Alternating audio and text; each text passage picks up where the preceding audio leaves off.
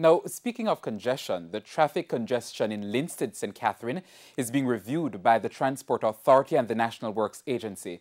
That assurance from Transport Minister Robert Montague, who has responded to complaints about the chaos in the town. Transport operators in Linstead, St. Catherine all seem to have the same concern. Where there's no police presence, there's no order. When we are at the back of the line, a long line, and some of the time by you reach the front, the police gone and everybody on the street again. From the police is not here, everybody is on the street. When the police presence is here, everybody get work.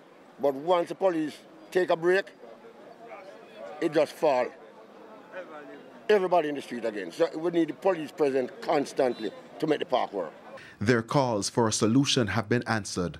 Transport Minister Robert Montague announced a host of changes which will come into effect soon. We are also going to be having permanent presence of the Transport Authority officers based at this transport center, permanently. They will also be working with a special team from the police and from the municipal authorities. Additionally, traffic movement on some roads will be revised.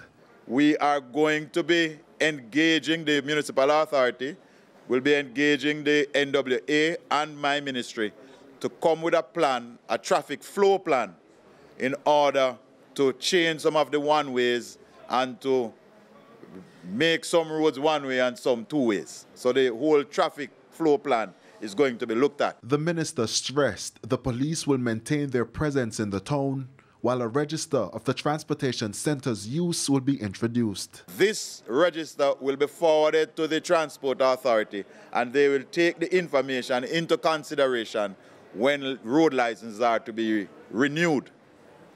The Transport Authority and the police will immediately begin a program to sensitize, encourage the robot operators to become regularized. Anthony Lug, TVJ News.